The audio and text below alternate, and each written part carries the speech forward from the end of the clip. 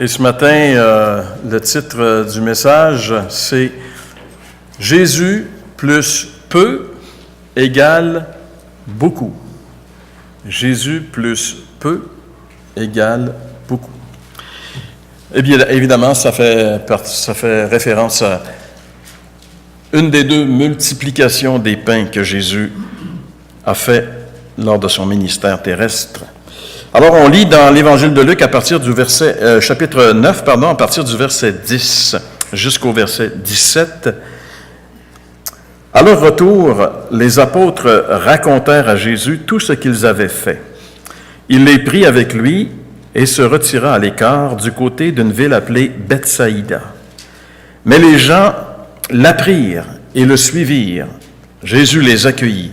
Il leur parlait du royaume de Dieu et il guérissait ceux qui en avaient besoin.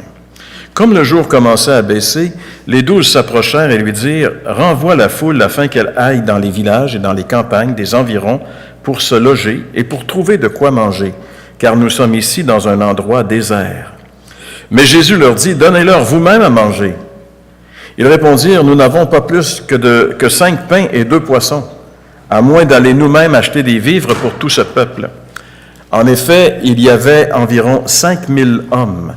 Jésus dit à ses disciples, « Faites-les asseoir par groupe de 50. » C'est ce qu'ils firent, et tout le monde s'assit. Jésus prit les 5 pains et les 2 poissons, leva les yeux vers le ciel et les bénit.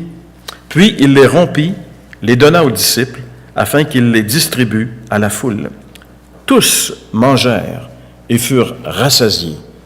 Et on emporta 12 paniers pleins de morceaux qui restaient. Seigneur, on veut te remercier pour ta parole. Et nous prions ce matin, notre Dieu, que toi qui peux utiliser ta parole pour nourrir nos âmes, que tu puisses le faire ce matin. Qu'à travers cette parole, Seigneur, et par l'assistance de ton Esprit, nous puissions découvrir à nouveau cette personne unique, adorable, extraordinaire, qui est le Seigneur Jésus-Christ, notre Sauveur. Seigneur, nous prions donc que tu puisses fortifier notre homme intérieur à travers ta parole ce matin.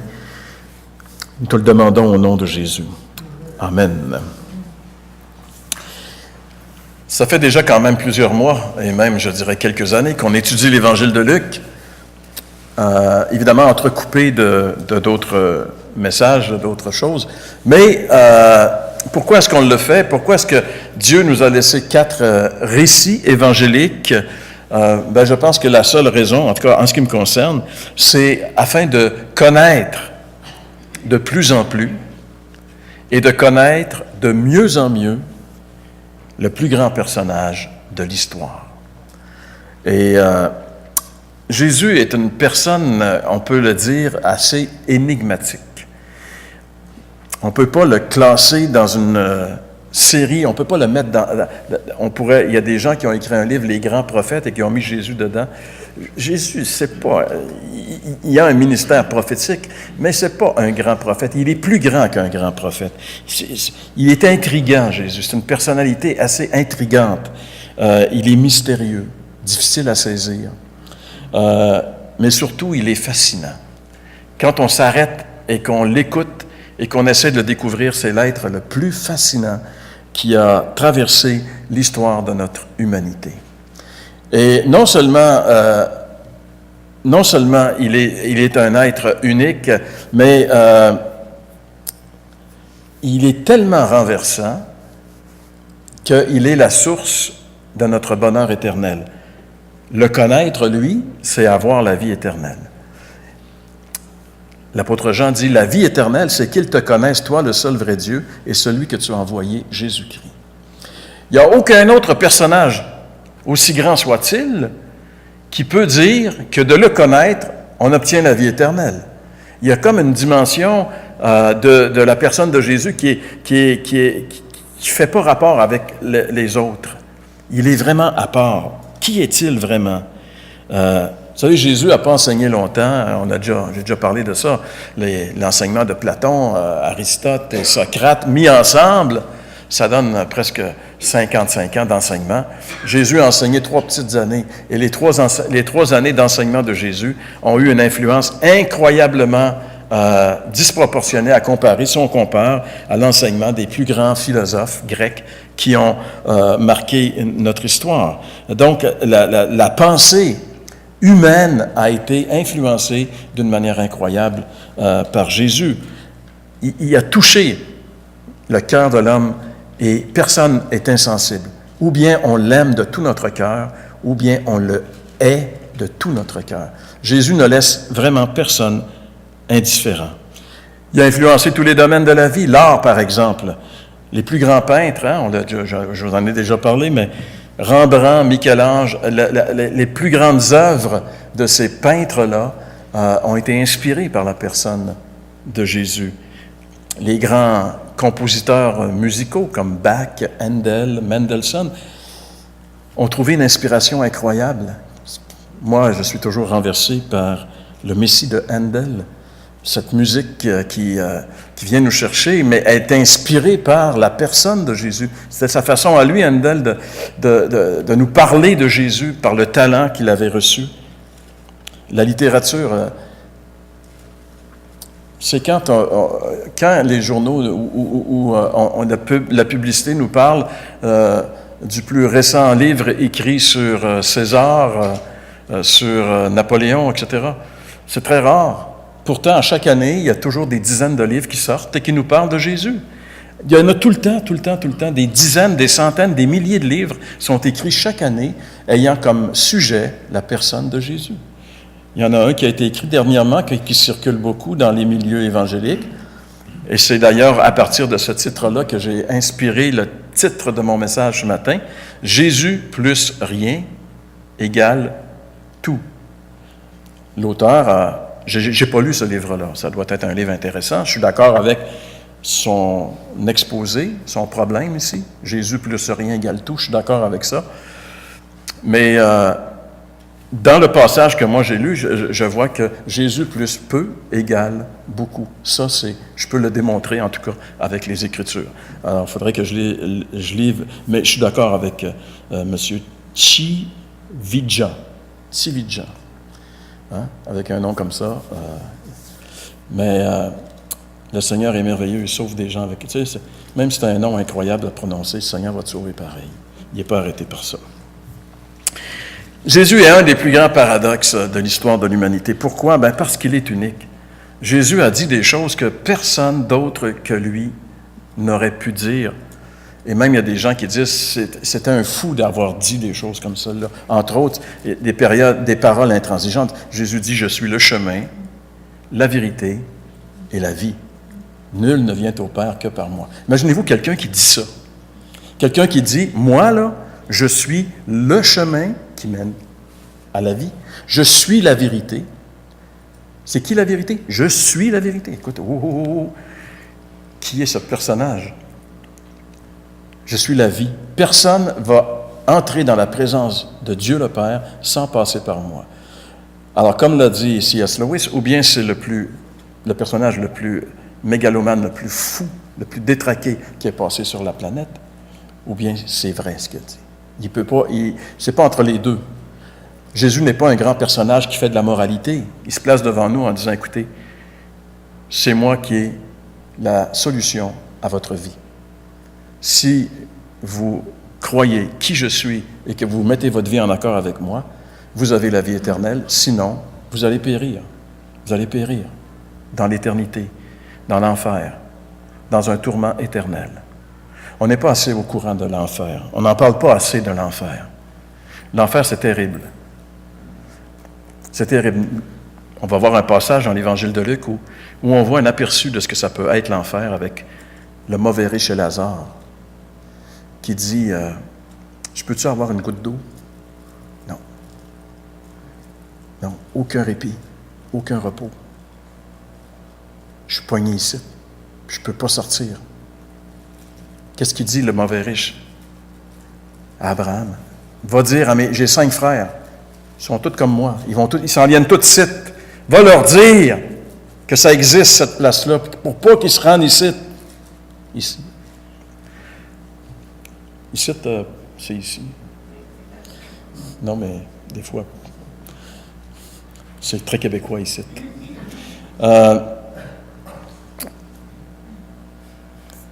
l'enfer, c'est quelque chose de... On n'est pas assez conscient.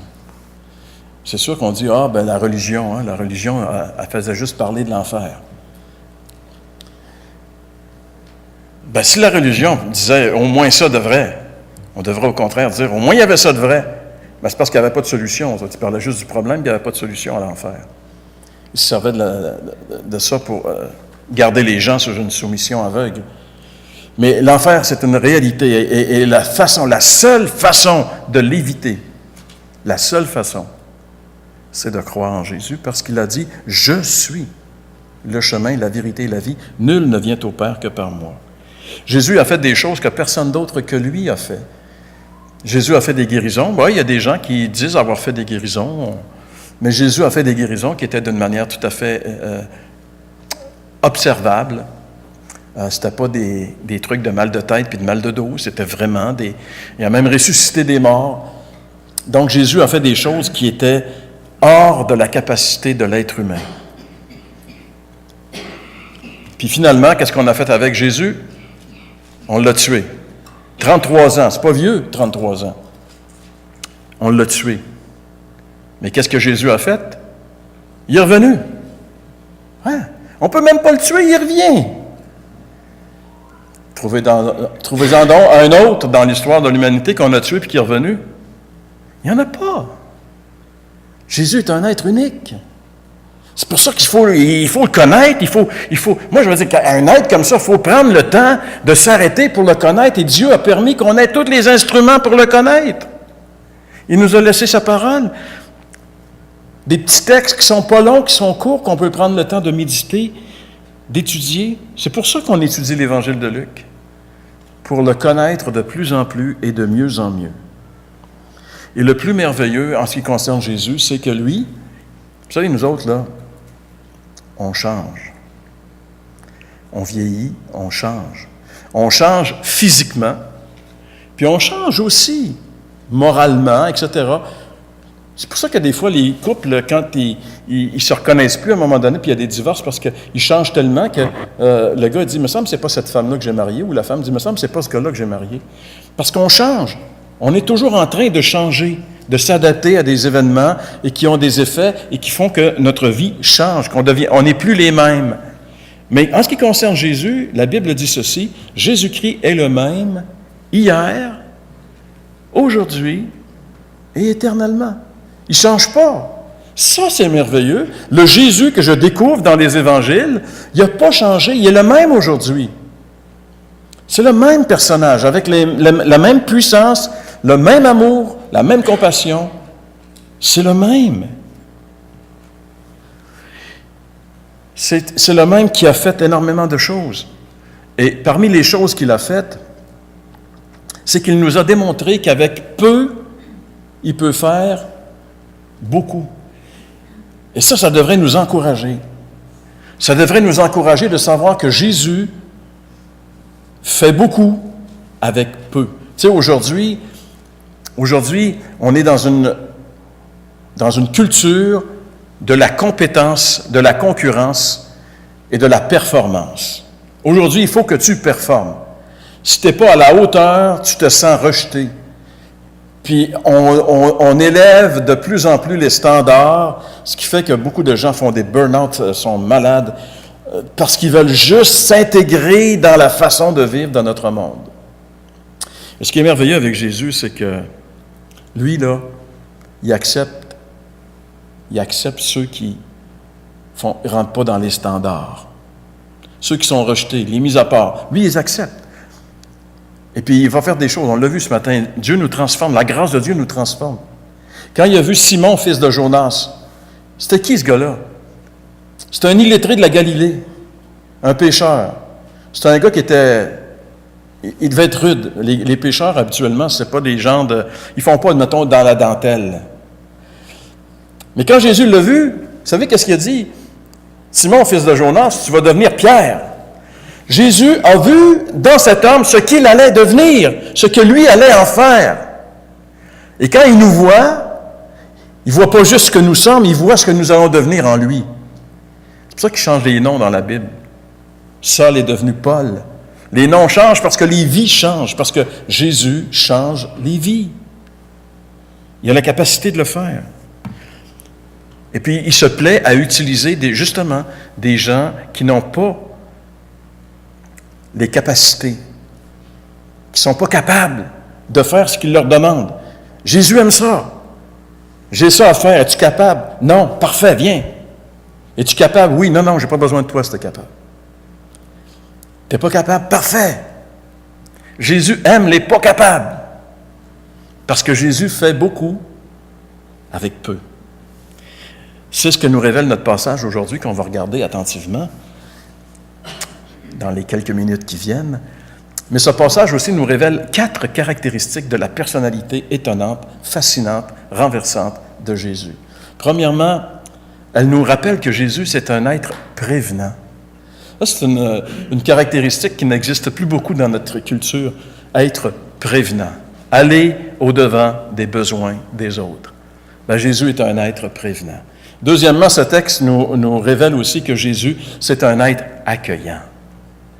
Jésus, il est accueillant. Là, il y a des gens, on a peur un peu d'aller vers eux, on se dit, tu sais, mais Jésus était accueillant, les bras ouverts pour tous. On va le voir ce matin. Troisièmement, Jésus est un être défiant. Il veut nous amener toujours plus loin. Il veut nous amener à nous dépasser. Il veut nous amener à faire des choses qu'on n'est vraiment pas capable de faire. Il veut nous amener là. Et finalement, ce passage nous révèle que Jésus, il est le Tout-Puissant. Le Tout-Puissant Créateur, c'est Jésus. C'est pour ça qu'il peut être le Tout-Puissant Multiplicateur. Donc, si vous voulez, on va regarder nos 4 points assez rapidement ce matin. Premier point, Jésus est un être prévenant. Verset 10. À leur retour, les apôtres racontèrent à Jésus tout ce qu'ils avaient fait. Il les prit avec lui et se retira à l'écart, du côté d'une ville appelée Bethsaïda. Donc, être prévenant, c'est, selon la définition du dictionnaire, aller au-devant du besoin des autres. La dernière fois qu'on a parlé de l'Évangile de Luc, c'était au mois de décembre, donc l'année passée, ça fait longtemps, et comme notre mémoire a la difficulté à conserver quelque chose plus que 2-3 heures, c'est sûr qu'on ne s'en souvient plus de ce qu'on avait vu le 18 décembre dernier, lors de notre dernier message sur l'Évangile de Luc, mais on parlait de l'évangélisation. Parce que Jésus envoie ses disciples évangéliser avec le pouvoir de chasser les démons, de guérir et de proclamer le royaume. Alors les disciples sont partis et ils ont vraiment eu un succès extraordinaire. Ils ont bouleversé les villages dans lesquels ils sont allés, la population, si bien que c'est venu jusqu'aux oreilles d'Hérode qui se demandait ce qui se passait. Il se demandait si Jean-Baptiste était ressuscité, tellement il entendait parler de ce qui se passait des choses. Si vous avez votre Bible ouverte, regardez dans les versets 6 et 7 de Luc 9, il est dit « Ils partirent et allèrent de village en village. Ils annonçaient la bonne nouvelle et faisaient partout des guérisons. Hérode le tétrarque entendit parler de tout ce qui se passait. » Il a entendu parler de tout ce qui se passait des choses. Il y avait des guérisons, il y avait un mouvement spirituel incroyable qui était en train de bouleverser toute la Galilée. Et Hérode entend parler de ça. Pour que le roi Hérode entende parler de ce qui se passe, d'un mouvement spirituel, il faut que ça dépasse vraiment la norme. Il y a quelque chose qui se passe maintenant ici. Et ce qui se passe, c'est que les apôtres sont en train d'expérimenter la puissance de Jésus. Ils prêchent la personne de Jésus. Il y a des guérisons. Les apôtres voient devant eux des êtres humains qui sont guéris de leur maladie. Ils voient devant eux des gens qui sont complètement transformés par la bonne nouvelle, l'Évangile qui arrive. Et puis, quand une chose comme ça se produit, ils sont dans l'adrénaline parce qu'ils ont aussi de l'opposition. Ils vivent un événement. Ils vivent quelque chose d'extraordinaire. Ils sont sur l'adrénaline continuellement. Et là, ils reviennent. Et Jésus sait très bien que quelqu'un qui a vécu une expérience comme ça, sur l'adrénaline, a besoin de repos. Parce que tu ne peux pas passer de là et descendre là sans qu'il se passe quelque chose. Vous savez, Billy Graham disait qu'après ces grandes croisades d'évangélisation, qui duraient parfois des semaines et des semaines, où il devait évangéliser tous les soirs, prêcher l'Évangile, avoir l'attention des gens, des foules de plusieurs milliers de personnes. Il dit, quand la croisade était terminée, souvent, il faisait une dépression nerveuse. Souvent, c'est arrivé. C'était la façon dont son corps réagissait à cette poussée d'adrénaline. Et le Seigneur sait que les disciples qui reviennent d'une expérience comme ça ont besoin maintenant de relax et de repos. C'est pour cela qu'il va les amener dans la région tranquille de Bethsaïda.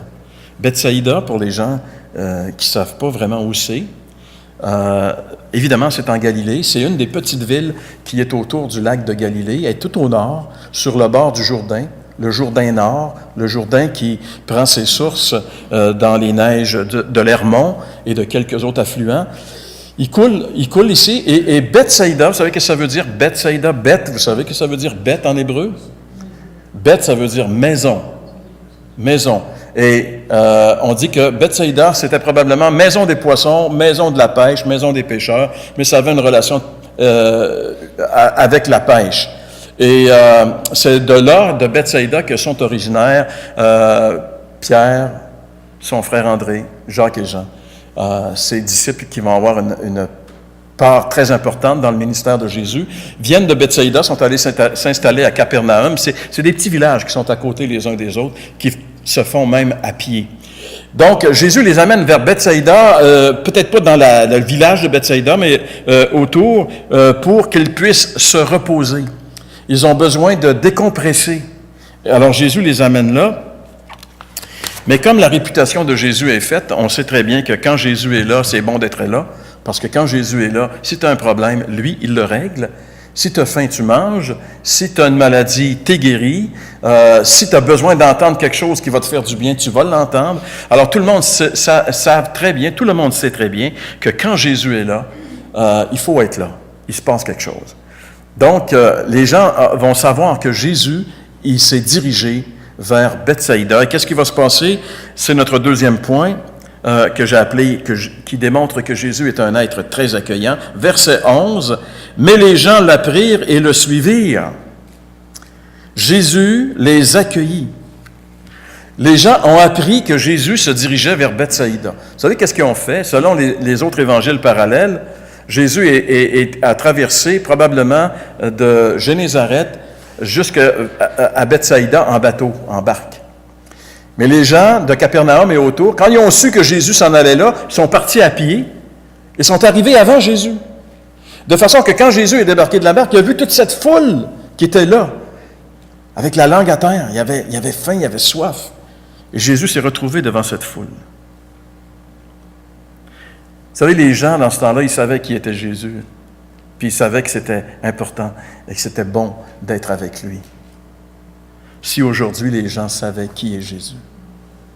Si les gens savaient qui est Jésus aujourd'hui, on serait 3000 dans notre chapelle. Si les gens savaient qui est Jésus. C'est malheureux que l'ennemi a réussi à aveugler les gens afin qu'ils ne voient pas briller la splendeur de Christ. C'est l'œuvre de l'ennemi.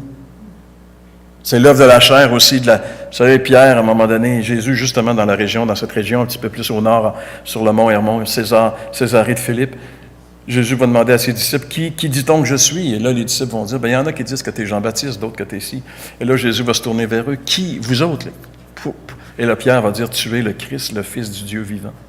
Et là, Jésus va lui dire à Pierre, Pierre, c'est pas la chair et le sang qui t'ont révélé cela, mais mon Père qui est dans le ciel. Personne ne peut me connaître si le Père ne me révèle pas à cette personne. Alors encore là, on est dans la grâce de Dieu, on baigne dans la grâce de Dieu. Si on sait qui est Jésus, c'est parce que le Seigneur nous a fait grâce. Et en plus, la religion, elle n'a pas aidé la religion, elle a défiguré véritablement la personne de Jésus aux yeux de nos contemporains. Parlez aux gens autour, ils vont dire, oh, on sait c'est quoi la religion. Hier, j'écoutais un film avec Lucie. Ça se passait en Irlande, dans les années peut-être 30-40. Les jeunes filles qui, malheureusement, une jeune fille se fait violer. Donc, sa famille la rejette parce qu'ils disent elle l'a cherché. La petite fille se retrouve toute seule. Elle a un enfant. Dès que l'enfant sort, on vient l'enlever, son enfant. Et elle, on la prend et on l'amène dans un couvent où il y a des sœurs. Et là, elle va être maltraitée comme ça se peut pas. Et ça, c'est une réalité, c'est un film historique. Ces jeunes filles deviennent des esclaves. elles sont battues, elles travaillent du matin jusqu'au soir, presque pas nourries. Et vous savez, quand elles se couchent, qu'est-ce qui s'est marqué derrière? Dieu est bon. Ils sont dans un couvent. Dieu est bon. Pourquoi ce film-là nous présente ça? Pour nous montrer jusqu'à quel point l'homme a défiguré Dieu. Quand tu gardes quelqu'un en esclavage, ne va pas lui dire « Dieu est bon ». Cette personne-là va se révolter parce que... Mais les gens religieux ils ont une grande responsabilité devant Dieu d'avoir défiguré la personne de Jésus. Alors Jésus, il va se passer quelque chose ici d'assez extraordinaire. Jésus a amené ses disciples à Bethsaïda pour qu'ils se reposent. Et d'un coup, il voit la foule. Alors normalement, un être normal aurait simplement dit à la foule, écoutez, c'est fermé à soir. Pas disponible, mes gars doivent se reposer. Ils viennent de passer 2 semaines de travail intense, ils ont besoin de repos. Est-ce que Jésus dit ça? Est-ce qu'il les renvoie en disant, revenez une autre fois? Il y a un petit verset merveilleux ici, c'est marqué, Jésus les accueillit. Jésus les accueillit. Vous savez, Jésus ne voit pas les gens comme nous, on les voit. Tu sais, des fois, et ça arrive tout le temps. Il y a tout le temps des gens qui ont le don d'arriver au mauvais moment. Hein? Je ne sais pas si ça vous arrive. C'est vraiment pas le temps. Puis ils arrivent. Qu'est-ce qu'on fait? Hein? Souvent, on leur dit, écoute, reviens plus tard, c'est pas le temps, là, je suis occupé. Pas Jésus. Pourquoi? Parce que Jésus, contrairement à nous, il voit ce qu'il y a dans l'être humain. Il voit ces gens-là, qui sont comme une foule d'affamés, de brebis qui n'ont pas de berger. Le passage parallèle dans Matthieu dit ceci. Quand il sortit de la barque, il vit une grande foule, il fut ému de compassion pour elle. Jésus était ému de compassion. Quand il a vu ces gens-là, il ne les a pas vus comme des gens, « Ah non, ils ne viennent pas. Ah non, on n'a pas besoin d'eux, là. On les fuit, puis ils sont là. » Non. Il était ému de compassion, il était touché. Ému de compassion, ça veut dire que ses entrailles ont été remuées dans son ventre. Il a eu mal au ventre en voyant la foule et les besoins qu'il avait. Il a réalisé qu'il ne peut pas s'en aller. Il faut qu'il leur fasse du bien. Et ça, c'est mon sauveur. Ça, c'est Jésus que la Bible me présente. Il est différent des hommes. Il n'est pas comme nous. Il les a accueillis. Il les a accueillis. Le verbe grec que Luc utilise ici pour accueillir, c'est le verbe dékomai. Et dékomai, selon le lexique grec-français, veut dire recevoir ou accorder un accès à un visiteur. Être recevant. Un jour, je suis allé visiter un chrétien. Je cogne à la porte. J'entends rien. Je cogne encore, d'un coup, j'entends « Oh non, colaille! » Ça veut dire « T'es pas le bienvenu. » Mais moi, quand un chrétien me dit ça, je cogne encore 2 fois plus. Je dis « On va avoir du fun, il veut pas me voir. » Je suis tannant. Mais quand tu cognes à la porte de Jésus, jamais il dit ça. Jamais il dit « Oh non! » Jamais il dit ça. Il est accueillant. Il reçoit, il accorde accès aux visiteurs. Il ne refuse pas de relation, de l'amitié. Dékomai, c'est recevoir, c'est prendre sur soi, c'est soutenir, c'est endurer. Jésus endure. En fait, il sait que ses disciples vont endurer, parce qu'il sait que ses disciples, leur besoin, c'est la tranquillité et le repos, mais ils sont pognés encore avec une foule devant eux remplie de besoins. Vous savez, une des grandes qualités de Jésus, c'est son ouverture, son accueil. Tu n'as pas à avoir peur d'aller à Jésus. Il est toujours les bras ouverts. Parce que pour Jésus, tous les êtres humains sont importants, et particulièrement ses enfants. Tous ceux que le Père me donne viendront à moi, dit-il, et je ne mettrai pas dehors celui qui vient à moi. Jésus ne met pas personne dehors. Je ne mettrai pas dehors celui qui vient à moi. Jésus est un être accueillant, ouvert envers les autres. L'accueil et l'ouverture, ça devrait aussi caractériser les disciples de Jésus. Parce que dans l'Épître aux Romains, il nous est dit « Accueillez-vous donc les uns les autres comme Christ vous a accueillis pour la gloire de Dieu. Les foules qui suivaient, qui avaient besoin de Jésus, vous savez, l'Évangile, je pense que c'est Marc, qui décrit un peu les foules, la foule qui était là. Il y avait des boiteux, des lépreux, des aveugles. Écoute, la foule qui s'en vient, là, c'est pas la crème de la société. C'est les parias. Et Jésus les accueille. Nous, des fois, dans notre accueil, on est sélectif. Vous avez remarqué ça? On aime bien accueillir certaines personnes, mais d'autres, on dit « Oh non, pas elle. Oh non, pas lui. » On est sélectif dans notre accueil. Tu sais, quelqu'un, un joueur de hockey millionnaire qui s'en vient ici, « Ouais, viens-t'en. » Mais le dernier des drogués qui rentre, est-ce que je suis porté à aller vers lui? On est sélectif dans notre accueil, pas Jésus. C'est une autre caractéristique de la personne de Jésus. Alors, à toutes ces personnes qui sont, on pourrait le dire, un peu importunes, Jésus va annoncer le royaume et il va faire des guérisons. Jésus continue son ministère auprès de ces gens-là. Il est toujours fidèle à lui-même, en toutes circonstances. C'est une des caractéristiques de Jésus. Il se préoccupe des autres. Jésus a un cœur pour les autres. Et son influence va se traduire sur ses disciples.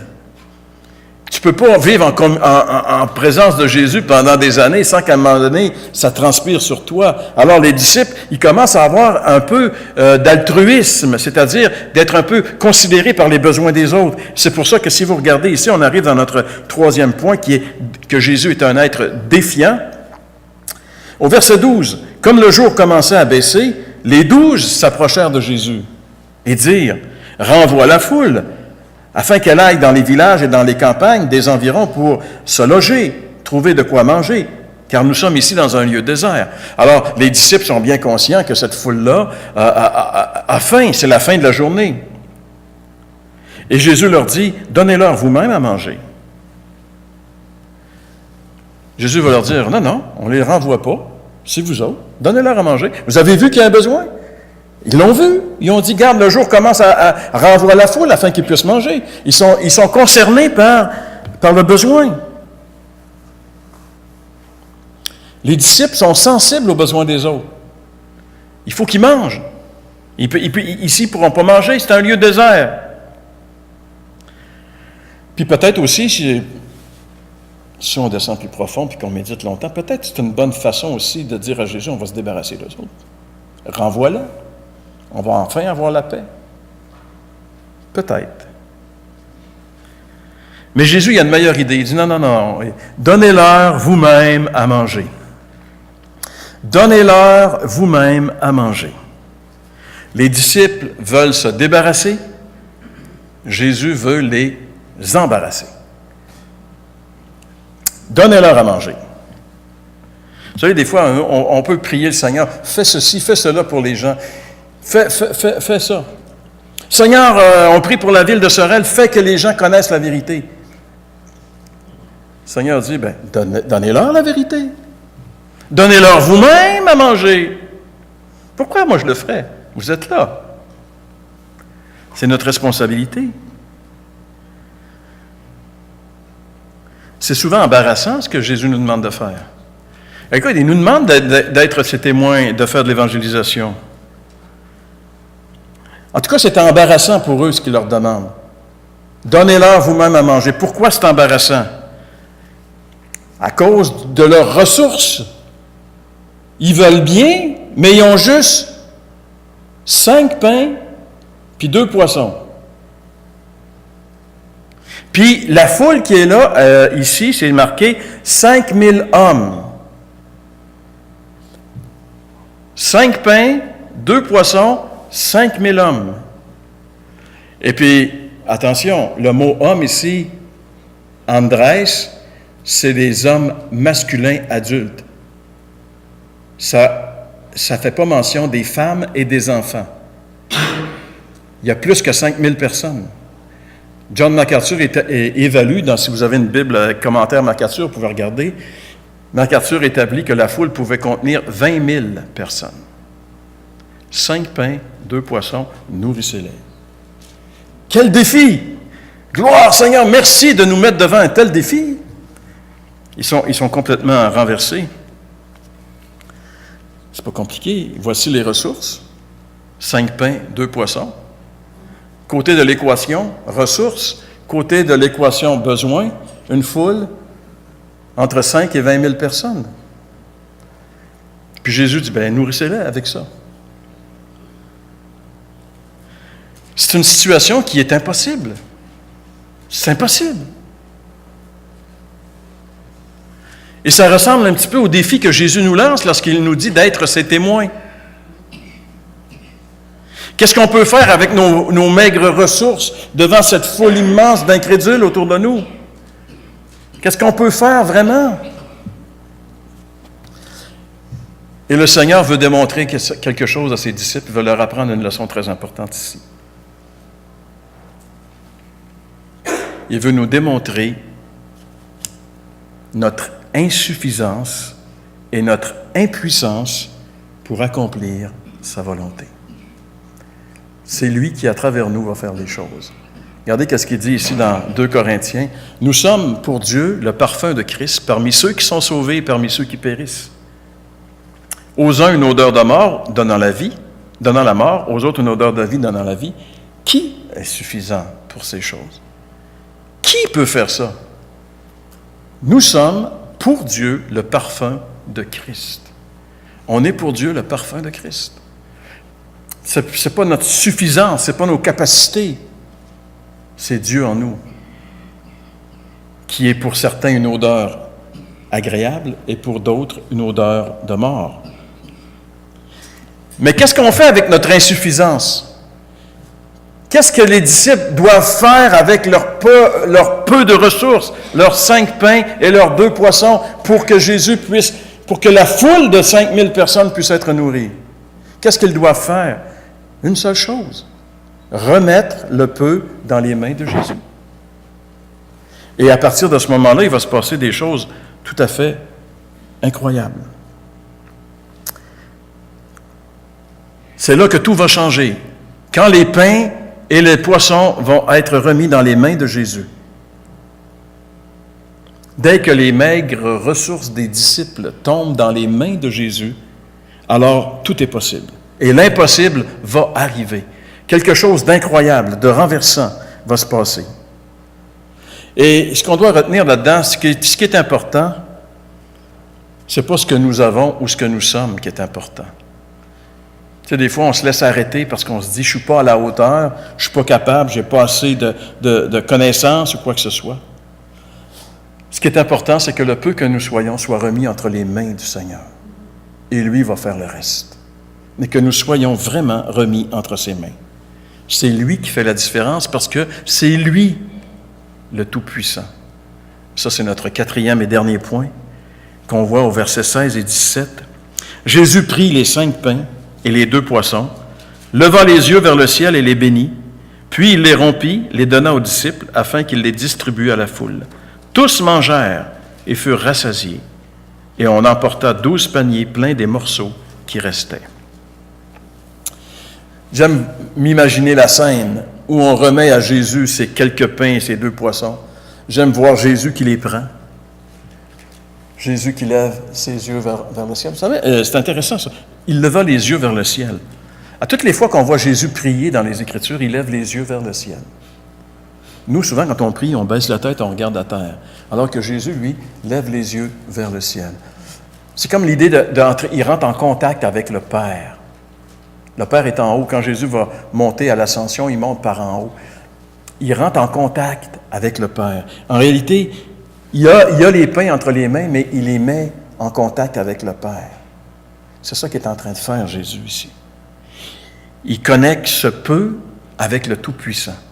Quand le peu que nous avons, que nous sommes, est connecté avec le Tout-Puissant, alors il va se passer quelque chose. Le pain, c'est fait avec du blé. C'est qui a inventé le blé? C'est qui a créé le blé? Le poisson, c'est qui a créé les poissons? Alors, s'il est le Créateur, c'est quoi pour lui multiplier? C'est rien. Et c'est ce qui va se passer. Et j'aurais aimé être là. Je ne sais pas. La Bible ne nous dit pas comment ça... Tu sais, on est tous un peu curieux. Écoute, il y a juste ça. Jésus lève les mains, puis après ça, il dit aux disciples, donnez-leur à tout le monde. Ils les ont fait asseoir en rangée de 50. 5000 hommes en rangée de 50, ça fait 100 rangées de 50. À part les femmes et les enfants qui sont à côté. Il y a un paquet de monde. Et là, Jésus donne ça à ses disciples, il dit, donnez-leur. Et là, je vois les disciples qui s'en vont, puis plus ils donnent, plus il y en a. Il y en a tout le temps. Il y en a tout le temps. Puis à un moment donné, il arrête, il y en a encore. Finalement, il reste 12 paniers pleins. La Bible dit, tous mangèrent et furent rassasiés. Tous mangèrent et furent rassasiés. 5000 hommes, à part les femmes et les enfants, ont tous mangé et ont été rassasiés à partir de 5 pains et 2 poissons. Et il reste 12 corbeilles pleines. Il reste du lunch pour tout le reste de la semaine. À partir de 5 pains et 2 poissons. Ça veut dire quoi tout ça? Est-ce que nous, ce matin, on est conscient que Jésus peut faire énormément avec le peu que nous avons et que nous sommes? Ne nous laissons pas arrêter parce qu'on est une petite église. Ça ne dérange pas le Seigneur. Les faibles ressources, ça ne le dérange pas. En autant que nous soyons entre ses mains, prêts à le laisser accomplir sa volonté par nous. Est-ce que nous sommes conscients ce matin des besoins spirituels des multitudes qui nous entourent? Est-ce que comme les disciples, on sait que ces gens-là ont besoin d'entendre le message de l'Évangile? Est-ce qu'on s'est donné à Jésus afin qu'il nous utilise pour nourrir les multitudes autour? Est-ce que nous croyons ce matin vraiment que Jésus plus peu égale beaucoup? Est-ce que nous le croyons vraiment? Vous savez, Jésus a dit, rien n'est impossible à celui qui croit. Rien n'est impossible à celui qui croit.